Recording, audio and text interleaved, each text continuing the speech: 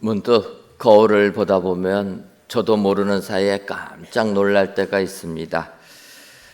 그것은 머리가 휘어져서 놀랄 수도 있고 안 보이던 주름이 보여져 가지고 놀랄 수도 있지만 그것이 아니라 분명히 저를 보고 있는데 저에게 비춰진 그 모습 속에서 부모님의 모습이 보인다라는 것입니다. 한 부모의 자녀로 태어나서 가정생활 하다 보면은 부모님의 장단점이 다 보입니다. 그래서 나는 부모님의 이런 점은 닮고 이런 점은 닮지 말아야 되겠다 이렇게 작정하고 또 의지를 가지고 그런 삶을 살려고 노력을 하게 됩니다. 그런데 어느 순간 이렇게 거울을 보게 되면 제 모습이 너무나도 부모님과 비슷해졌다. 여러분 그렇지 않습니까? 형제들과 전화를 하다 보면은 문득 부모님의 목소리 같이 들릴 때가 있고 멀리서 형제들이 걸어오는 소를 보게 되면은 부모님의 걸음걸이하고 똑같다라는 거예요. 이런 DNA의 힘, 이것은 우리가 부정할 수 없는 것이라. 아무리 우리가 부정하려고 해도 나도 모르는 사이에 그 모습을 그대로 닮아가는 것입니다. 사실 우리가 병원에만 가도 그렇습니다. 병원에 병이 있어서 가면은 병원에서 물어봅니다. 가족들은 어떤 병들이 있습니까? 가족 중에 혹시 고혈압이나 당뇨나 암이나 그 여러 부분들의 병을 가지고 있는 분이 있습니까? 이렇게 가족력을 물어봅니다.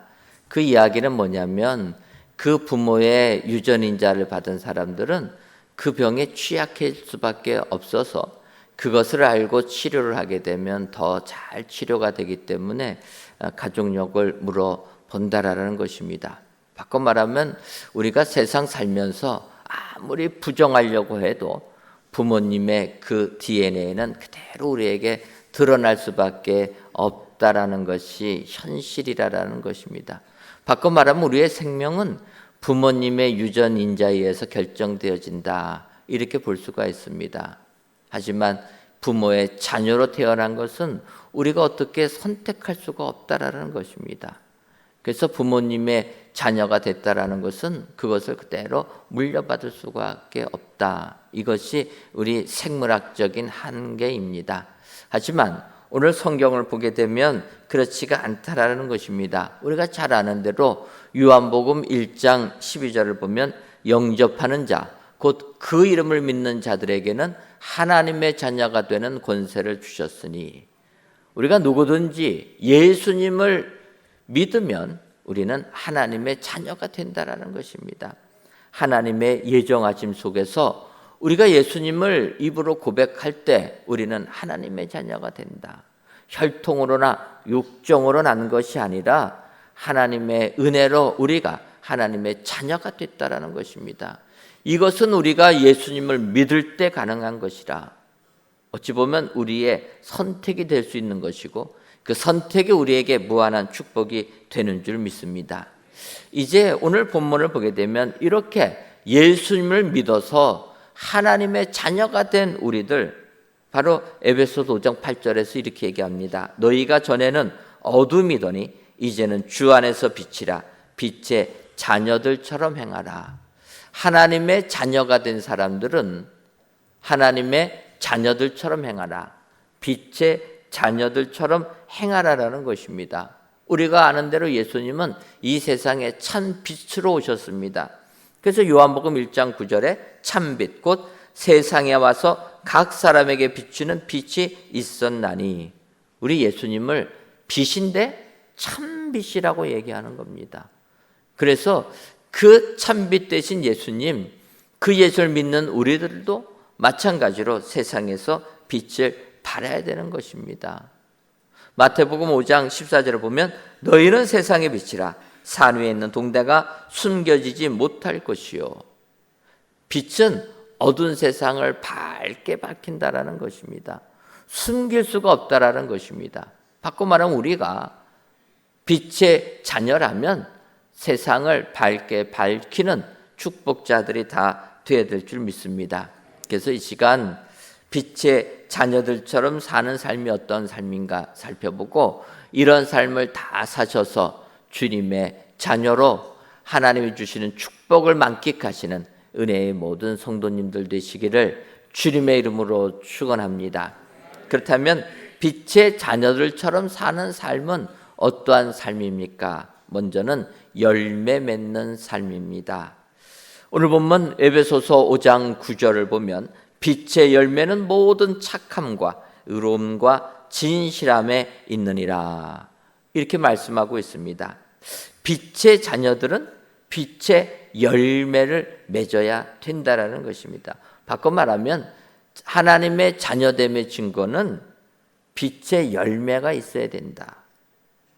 왜냐하면 누가복음 6장 44절을 보면 예수님께서 나무는 각각 그 열매로 아나니 가시나무에서 무화과를 또는 찔레에서 포도를 따지 못하느니라. 주님 말씀하시는 겁니다. 어떤 나무가 있는데 이 나무가 어떤 나무인가? 사과나무인가? 배나무인가? 무화과나무인가? 이것을 알 수 있는 것은 그 열매를 보면 알 수 있다라는 거예요. 열매가 무화과가 맺혀 있으면 무화과나무고, 사과가 달려 있으면 사과나무고, 배가 달려 있으면 배나무라는 것입니다.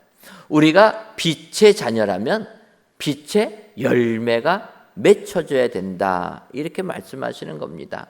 그런데 이 세상을 살다 보면 이런 부분이 참 혼란스럽습니다.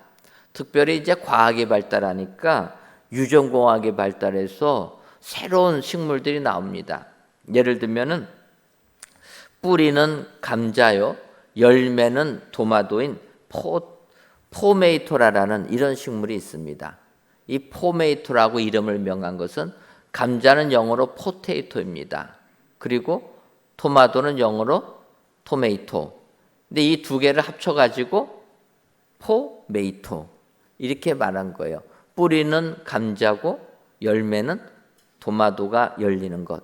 이것을 과학자들이 실험실에서 유전자 조작을 해가지고 만들었다라는 거예요.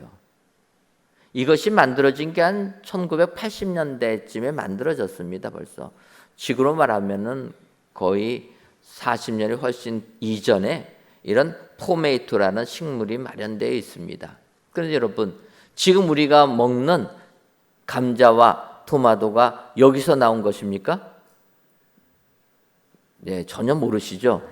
여러분들은 맛있게 감자를 잡수시고 맛있게 토마토를 잡수십니다. 근데 여러분들이 잡수시는 것은 이 포메이토가 아니고 토마토에서 난 건 먹고 감자에서 나온 건 먹는 겁니다. 이 유전자 조작돼서 나온 걸 잡수시지 않는다라는 거예요.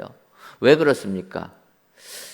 유전자 조작을 해가지고 이렇게 만들어 놓고 보니까 감자가 뿌리에 있는데 이게 맛이 전혀 없는 감자가 나온다라는 거예요. 열매는 토마토가 열렸는데 못 먹을 토마토가 열린다라는 거예요. 그래서 실험실에서는 만들었는데 상용화가 안 된 겁니다. 이거 만들어서 상품으로 내놓으면 아무도 안 사기 때문에 이렇게 만들 수는 있다 하지만 우리 지금 실생활에서는 전혀 사용되지 아니하는 그런 게 되었다라는 것입니다. 바꿔 말하면 열매로 나무를 아는데 그 열매가 그래도 충실한 열매가 돼야 된다라는 것입니다. 우리가 예수님 믿고 빛의 자녀가 되었다라면 그 열매를 맺어야 되는데 열매가 비실비실한 열매가 아니라 충실한 열매가 맺혀져야 된다라는 거예요. 그래서 우리는 이 땅을 살면서 열매 맺는 삶을 살아야 될 줄 믿습니다. 그렇다면 성경에서 말하는 하나님의 자녀로서 빛의 열매는 어떤 것이 있습니까? 오늘 본문은 모든 착함과 의로움과 진실함이라. 이 열매가 우리의 삶 속에서 맺혀져야 된다는 거예요. 이 착함이란 단어는 무엇입니까? 하나님의 자녀는 누가 뭐래도 착해야 된다는 겁니다. 이 착함이란 단어는 선함이라 이렇게도 볼 수 있습니다. 똑같은 단어가 갈라디아에서 나온 성령의 9가지 열매 중에서 양선이라고 번역된 그 단어가 오늘 착함이라고 번역되어 있다는 것입니다. 하나님의 자녀는 세상을 선하게 착하게 살아야 된다는 거예요. 그러면 어떻게 사는 게 선한 것입니까? 저는 말씀을 준비하면서 이게 확실히 안 잡히는데 반대를 생각하면 좀 쉽겠다 이런 생각이 들었습니다. 선함의 반대가 무엇입니까? 악하다라는 거예요. 우리가 악하게 사는 건 바로바로 느껴지지 않습니까? 악한 삶이 아니라 그에 반대되는 선한 삶을 살아야 된다는 것입니다. 이것이 빛의 열매라는 것입니다. 우리가 사는 세상은 노아의 홍수 때도 그렇지만 지금도 마찬가지로 생각됩니다. 창세기 6장 5절을 보면 여호와께서 사람이 죄악이 세상에 가득함과 그의 마음으로 생각하는 모든 계획이 항상 악할 뿐임을 보시고 그래서 홍수를 내려서 심판하지 아니하십니까? 사람들의 마음으로 생각하는 모든 계획이 항상 악하다라는 거예요. 이 악하다라는 게 무엇입니까? 다 자기 위주로 생각하고 자기 이익만을 구한다라는 거예요. 그래서 세상 살면서 어떻게 사기치카만을 연구한다라는 것입니다.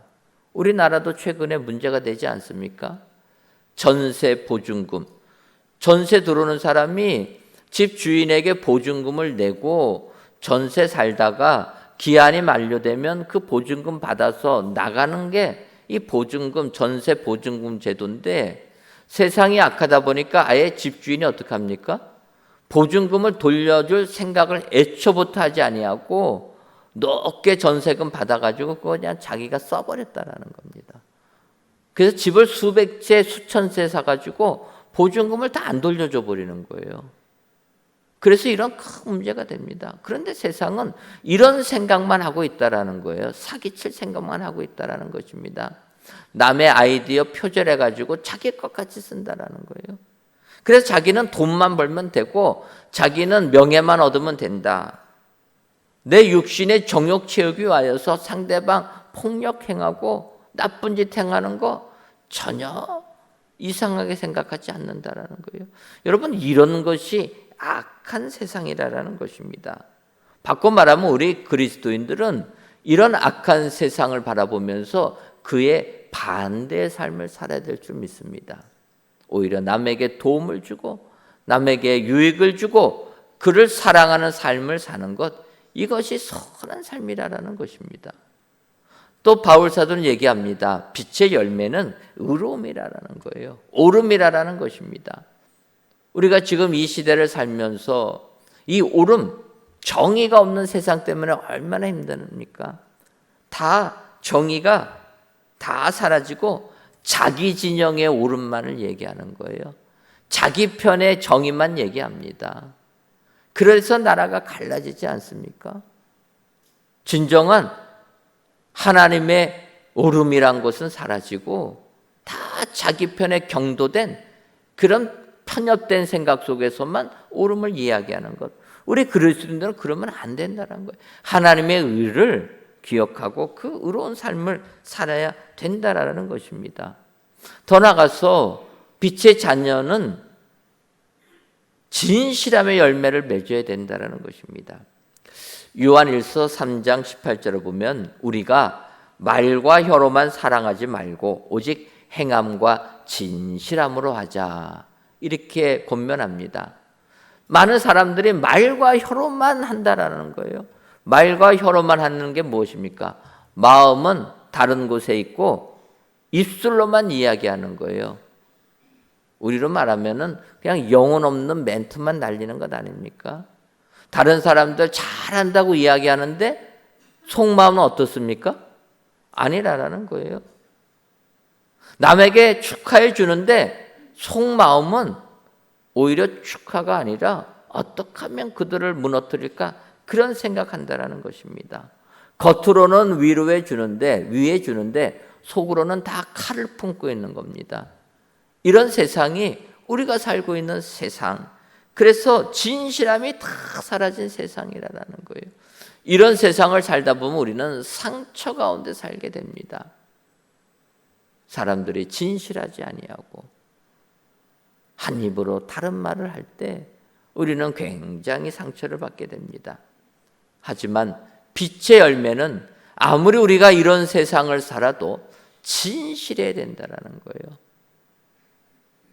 마음과 말과 행동이 같아야 된다. 이런 사람이 진정한 빛의 열매를 맺게 되는 사람이 되는 줄 믿습니다. 그런데 이렇게 열매를 맺기까지는 정말 힘들고 어렵고 노력을 부단히 해야 된다는 것입니다. 예를 들면 이제 무더위가 기승을 부리던 때가 이제 다 지나갈 것입니다. 그런데 이렇게 기승을 부리던 무더위가 사라지게 되면 우리나라는 또 다른 걱정거리가 오게 됩니다. 그것은 태풍의 걱정이라는 거예요. 무더위 지나면 이제 저희가 태풍이 또 몰려옵니다. 태풍이 몰려올 때 제일 힘든 분들은 농사 짓는 분들이라는 거예요. 봄부터 열심히 물 주고 잘 보살펴 줬는데 태풍이 한번 쓸고 가면 농사 진 것이 하루아침에 숲으로 지나가는 겁니다. 특별히 과수원을 운영하시는 분들 얼마나 봄부터 귀한 열매 맺기까지 노력합니까? 귀한 과일들 벌레 먹지 말라고 신문지로 다 감싸지 않습니까? 그리고 돌봐주는데 태풍이 한번 몰고 가면 그 열매 맺은 과일들이 다 떨어진다라는 거예요. 그래서 그들은 마지막 결실을 맺을 때까지 노력을 할 수밖에 없다라는 것입니다. 어찌 보면 우리도 마찬가지라 생각합니다. 빛의 열매를 맺기까지는 우리는 부단히 노력해야 된다는 거예요. 한순간이라도 방심하면 열매가 땅에 떨어질 수 있다는 것입니다. 그러기 위해서 우리는 날마다 기도하며 노력할 때 진정으로 빛의 자녀들처럼 빛의 열매를 충실하게 맺는 은혜의 성도님들이 될 줄 믿습니다. 오늘도 이 험한 세상 실망하거나 낭망하지 마시고 빛의 자녀들처럼 빛의 열매를 맺기까지 노력하셔서 충실한 주님이 인정하시는 귀한 빛의 열매 맺으셔서 하나님께 큰 영광을 돌리시는 저와 여러분들 되시기를 주님의 이름으로 축원합니다. 다음으로 빛의 자녀들처럼 사는 삶은 분별하는 삶입니다.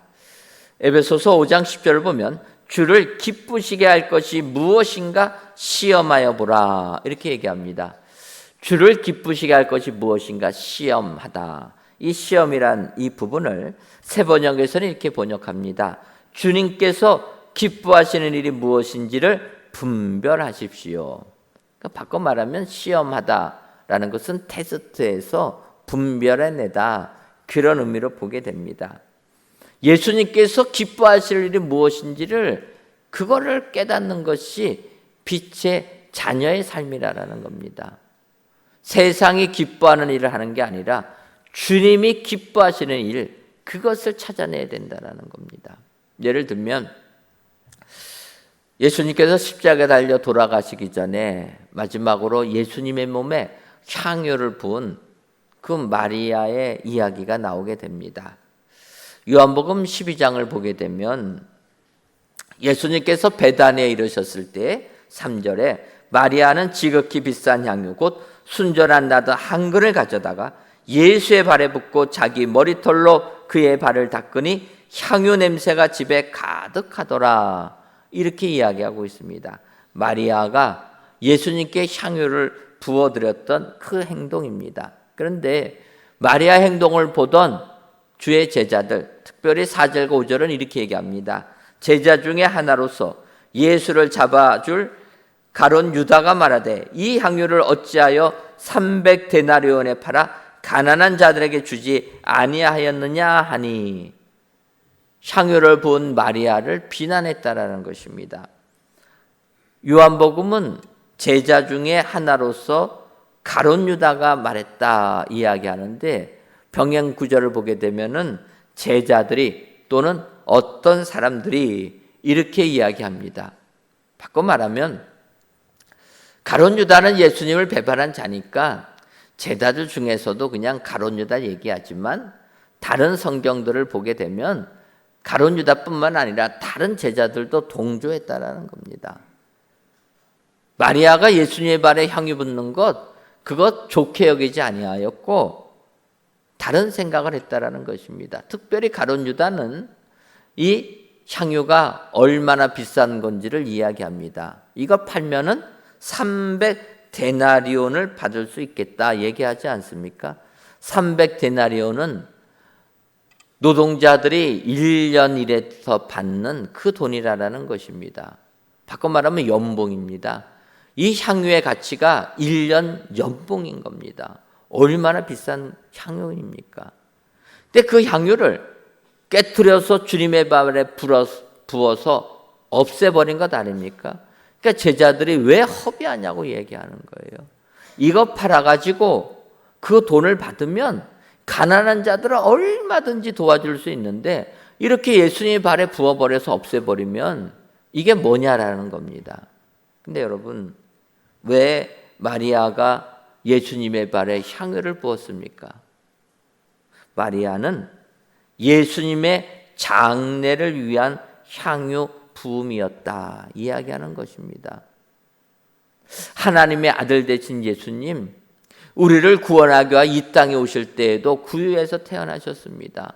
머리둘 곳이 없었던 그 예수님, 이 땅의 모든 것을 다 가져도 부족하신 예수님이 이 땅에 오셔서는 아무것도 갖지 않으시고 이제 마지막 순간은 십자가에 못 박혀 돌아가시는 이런 상황까지 처해진 것입니다.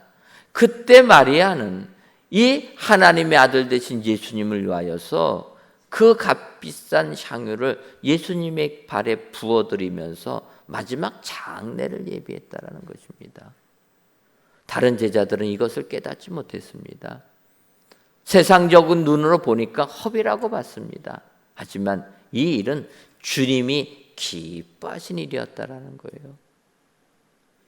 우리가 세상을 살면서 주님이 기뻐하는 일을 하는 것이 중요하다라는 것입니다. 그래서 마태복음 26장 13절은 내가 진실로 너희에게 이르노니 온 천하에 어디서든지 이 복음이 전파되는 곳에서는 이 여자가 행한 일도 말하여 그를 기억하리라 하시니라.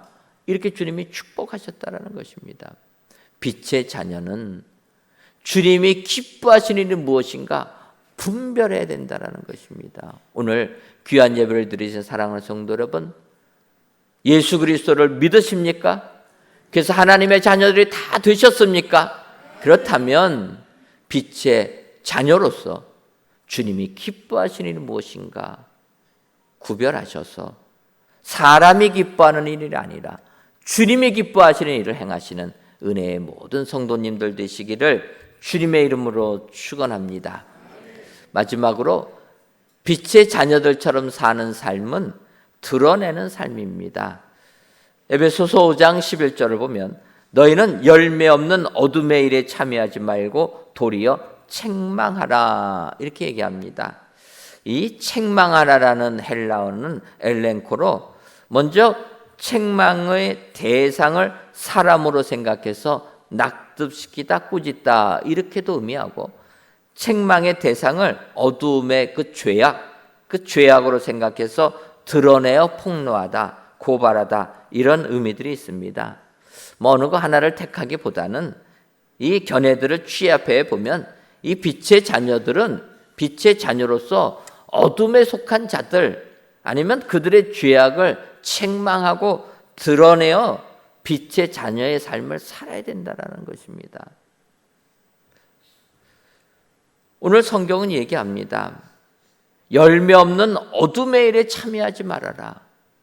어둠은 공중 권세를 잡은 자들이 지배하는 세상 아닙니까? 이 세상을 살다 보면 다수가 어둠에 굴복해서 어둠의 일만 행한다라는 것입니다. 죄악의 길로 가고 있다라는 거예요. 그런데 세상은 얘기합니다. 이 다수의 일에 함께 된다. 그래야지만 너희가 살아남는다라는 거예요. 이 세상에서는 주류로 살아야지 비주류로 살면 너네들 아무것도 될 게 없다라는 것입니다. 여러분 그러지 않습니까? 지금도 세상 사람들은 다 주류에 끼려고 노력한다라는 거예요. 그것은 교회도 마찬가지 아닙니까? 신앙생활 하면서도 주류에 끼려고 하는 겁니다. 우리가 큰 아픔이 있었습니다. 그 아픔 가운데서는요, 많은 사람들이 이야기합니다. 너네 해봤자 결안으로 파헤치는 것이라. 많은 사람들이 그러지 않습니까? 결론은 마찬가지로 결안으로 파헤친 겁니다. 그래서 우리가 어떻게 됐습니까? 결안으로 파헤쳐가지고 깨지지 않았습니까? 깨지니까 어떻게 됩니까? 바위에 결안이 묻은 겁니다. 우리는 그것만이라도 좋다라는 거예요. 바위는 못 깨붙여도 바위에 깨진 결안이라도 묻혀서 더러움을 드러내야 된다라는 것입니다. 오늘 성경은 이야기하는 거예요. 어두움에 동참하지 말고 세상 것에 휩쓸리지 말고 드러내라라는 거, 잘못된 것은. 역대하 18장을 보면 유다 왕 여호사밧과 북이스라엘 아합 왕이 자녀들을 결혼시켜서 인척 관계를 맺습니다. 맺자마자 우상을 섬기던 아합이 여호사밧에게 얘기합니다. 우리 이제 한 식구 됐으니까, 힘이 있으니까 길란 나무 쳐가지고 다 빼앗읍시다. 그때 여호사밧 왕이 그 제안을 쉽게 받아들일 수가 없었습니다. 하나님께 먼저 여쭤봐야 됩니다. 선지자들을 불러서 물어봅시다. 그러니까 아합이 선지자 400명을 불러서 물어보니까 뭐라고 얘기합니까? 다 승리한다고 이야기하는 거예요. 그래도 여호사밧은 찜찜합니다. 이런 선지자들 말고 다른 말하는 선지자 어디 없습니까? 그러니까 아합이 얘기해요. 미가야라고 하는 선지자가 있는데 얘는 항상 나한테 나쁜 얘기만 해서 안 불렀다라는 거예요. 여호사밧이 그럽니다. 이도 부르십시오. 그래서 이제 아합 왕이 보내니까 역대하 18장 12절과 13절을 보면 미가야를 부르러 간 사자가 그에게 말해 이르되 선지자들의 말이 하나같이 왕에게 좋게 말하니 청컨대 당신의 말도 그들 중 한 사람처럼 좋게 말하소서 하니 미가야가 이르되 여호와께서 살아계심을 두고 맹세하느니 내 하나님께서 말씀하시는 것 곧 그것을 내가 말하리라. 사자가 이야기하는 겁니다. 다른 선지자들도 다 좋게 말하니까 당신 여기서 다른 말 하지 말고 그냥 거기에 맞게 얘기하라는 거예요. 당신 다른 얘기하면 죽습니다. 당신 살기 위하여서 다른 사람과 똑같게 살으라는 거예요. 하지만 미가야에게 얘기합니다.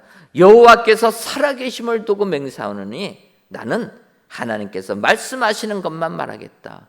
그래갖고 미가야가 어떡합니까? 아합 왕에 와가지고 이야기합니다. 내가 한 보니 여호와께서 보좌에 앉으셔서 이야기하는 거 누가 아합을 꿰어서 저를 죽게 할 것이냐 하니까 한 영이 나타나서 내가 거짓 영이 되어 모든 선지자들의 입이 되겠습니다. 그래서 그들을 꿰어서 아합을 죽게 만들겠습니다. 그러니까 하나님께서 그렇게 하라고 했다라는 거예요. 바로 아합 면전에서 당신이 죽을 것이다 라고 미가야가 말했다라는 것입니다. 그러니 아합 왕이 어떡합니까? 분노에 겹쳐서 오늘 성경을 보게 되면 이렇게 표현합니다. 이놈을 옥에 가두고 고난의 떡과 고난의 물을 마시게 하라. 성경입니다. 제가 이놈이라고 한 게 아니고 제가 오해할까 봐 분명히 말씀드리지만 성경에 있는 구절 그대로 가지고 온 겁니다. 성경에 이렇게 직접적으로 얘기를 안 하는데 이 성경 말씀에 의하면 이놈을 옥에 가두고 고난의 떡과 고난의 물을 마시게 하라. 미가야는 다른 사람들이 다 왕의 마음에 맞는 말을 할 때 미가야는 하나님의 말씀을 선포했다라는 거예요. 그 말씀을 선포하니까 어떻게 됩니까? 감옥에 갇혀서 고난의 떡, 고난의 물을 마시는 이런 사람이 되었다라는 것입니다. 하지만 그는 세상에서 잘못된 것을 드러낸 사람이 되었다라는 거예요. 아합이 불신앙으로 가는 길을 책망하는 자가 되었다라는 것입니다. 오늘 귀한 예배를 드리시는 사랑하는 성도 여러분, 우리가 이 세상을 살다 보면 죄악이 관영한 이 세상 속에서 하나님의 뜻과 계획, 그리스도의 빛을 바라는 삶을 사는 게 쉽지가 않습니다. 오히려 어둠의 일에 동참하라고 세상 사람들은 얘기합니다. 모난 돌이 징 맞는다 이야기하면서 왜 그렇게 사냐? 그냥 거기에 세상에 순응해서 살면 되지 왜 반대를 하냐. 또 그렇게 살다 보면 너무나 고난과 핍박이 많습니다. 하지만 빛의 자녀는 빛이기 때문에 어두운 세상을 밝혀야 되는 줄 믿습니다. 빛이 어둠 가운데서 빛나지 아니하면 그것은 빛이 아니다라는 것입니다. 어두운 세상에서 우리가 빛의 자녀라면 우리는 빛을 발하여야 할 줄 믿습니다. 그것은 어둠의 일들을 책망하고 꾸짖어서 그들로 하여금 드러내는 그 죄악을 드러내서 하나님의 은혜 가운데 돌아오게 하는 삶이라 여러분 기억하시고 오늘도 이런 빛의 자녀의 삶을 다 사셔서 하나님께 영광을 돌리시는 은혜의 성도님들이 되시기를 주님의 이름으로 축원합니다. 기도하겠습니다. 하나님, 아직도 무더위가 가시지 않은 이 시간 성전에서 또는 각 예배 초소에서 하나님께 예배를 드리게 하시니 감사합니다. 이 예배를 드리시는 모든 자들 참빛이신 주님의 은혜만이 넘쳐나게 하여 주옵소서. 이 시간 빛의 자녀들처럼이라는 제목으로 말씀을 주었사오니 우리는 빛의 자녀의 삶을 살아가게 하여 주옵소서. 자녀의 삶은 열매 맺는 삶, 분별하는 삶, 드러내는 삶이라 말씀하셨사오니 이러한 삶을 살아 세상이 아무리 우리를 위협해도 빛의 자녀로서 오히려 세상을 밝히는 은혜의 성도님들이 다 되게 하여 주옵소서. 예수님의 이름으로 기도하옵나이다. 아멘.